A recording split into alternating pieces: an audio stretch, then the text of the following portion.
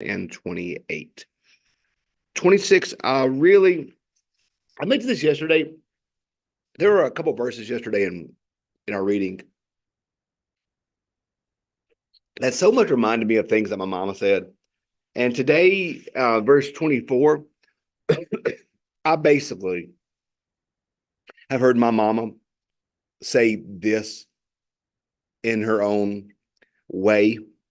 Verse 4 says, "Do not answer fools according to their folly, or you will be a fool yourself." That's my mama has said some version of that so many times to me.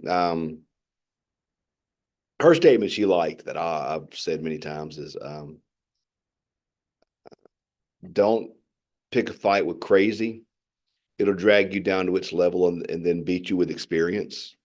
Um, that's good. That's the same thing. Don't answer a fool according to their folly. Um, I had a lady in my church in the Delta used to have a lot of little signs on her wall, and I always liked when it said, "Never try to teach a pig to sing. It wastes your time and it annoys the pig," which is really good as well. So don't. Sometimes the best answer to a fight is no answer at all and just move on. Sometimes answering the question, answering the fight, engaging, it doesn't help and just makes things worse. So, Mom used to always say this: you don't have to attend every fight you're invited to. Sometimes the best answer is no answer and just keep moving. So, do not answer a fool according to their folly, or else you will be a fool yourself. Um, verse once again, 17, 18, and 19 were once again things I've heard said before by my mama in some way. 17, like someone who takes a passing dog by the ears is one who meddles in the quarrel of another. That's good stuff, y'all. That is good stuff. Don't meddle in a fight that isn't yours. The way I've put it, you put your hand in that hole, you may draw back a nub. You don't need to be sticking your hand where you're gonna draw back a nub. So some it's not up to us to fix every problem and solve every fight. Like one who takes a passing dog by the ears or one who meddles in the quarrels of another. Just you're not going to win. I like 19 or 18 and 19. Like a maniac who slowly shoots deadly firebrands and arrows is one who deceives a neighbor and says, "I'm only joking." I'll never forget. I was in a PPR meeting, our personnel committee, um, one day, and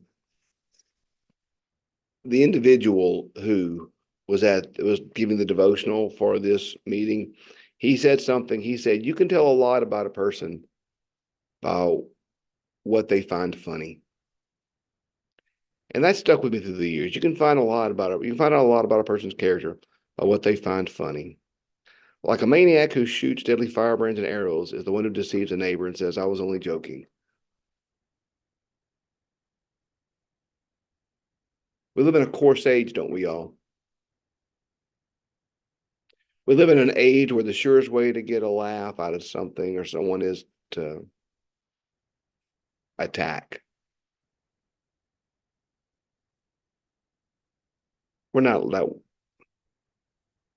like a maniac who shoots deadly firebrands and arrows is one who deceives the neighbor and says, "I'm only joking." Let's Well, my friend said that in a devotional years ago. It made me examine my humor and what I find funny. Pay attention to where you find humor. Pay attention to where you find humor. We live in a very crass and cruel age. We Christians shouldn't be that way. Verse 20 says, "For lack of wood, the fire goes out, and where there is no whisper, quarreling ceases." Ooh, man, the older I get, y'all, the less I want to engage in gossip, and less I want to be around gossip. And I've gotten to where if all some watch your tongue with how we speak to others, and watch how sometimes gossip brings out the worst in us. Gossip is sometimes a baptized sin, isn't it? We like to do it as Christians, so we don't fuss about it. But think of how many lives, think of how many churches, think of how many individuals have been destroyed by gossip. That isn't true. So 19 and 20 have a lot to say about how we talk. Kind of almost about how we find our entertainment, huh? With attacks on others and their character. That's just, that's not the way of that. That's not the way we Christians are supposed to walk. We're not supposed to be people of attacking. We're supposed to be people of grace. So I found these passages here in 26 just to be, like I said, things I've heard my mama say. Verse 20 in chapter 27, I thought verse 4 was interesting. Wrath is cruel and anger is overwhelming, but who is able to stand before jealousy? Huh. That's interesting. That if we think about it, jealousy may be harder for us to deal with than anger or cruelty or wrath, because those are more apparent, like wrath and anger are visceral. They're aggressive, they're mean. People see them and they critique them and criticize them. But jealousy is in the shadows, isn't it?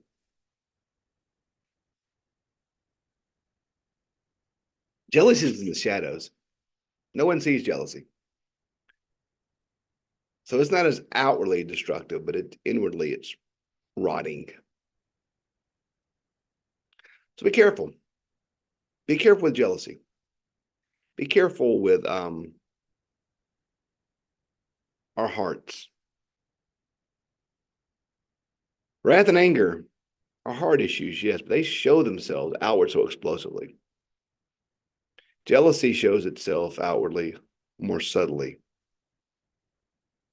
but is corrosive to the heart.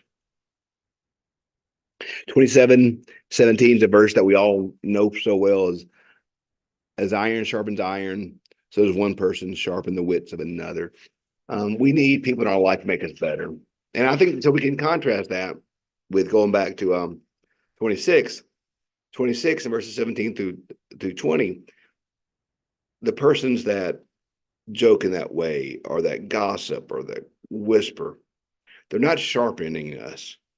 But as iron sharpens iron, so does one person sharpen another. We need the people in our life who make us better. We need people in our life who make us better Christians, better husbands and fathers, wives and mothers, children, parents. We need those people in our life. So who are the people in your life who make you better? Who sharpens you? Who keeps you accountable? Who makes you stronger and makes you better? As iron sharpens iron, so does one person sharpen the wits of another. We need the people in our life to make us sharper and make us better. And we need to surround ourselves with those who will sharpen us and make us better and make us more faithful. I think today's readings have a lot to say with us about who we associate with and character and the people we are, the people we are becoming. So watch who you associate with, watch who you spend your time with, watch where you find your humor, watch the whispers that circle. Watch the shadows, y'all. What's done in the daylight is bad, but you can see that. But what's done in the shadows? That's where cruelty and wrath, jealousy, that's where gossip lives.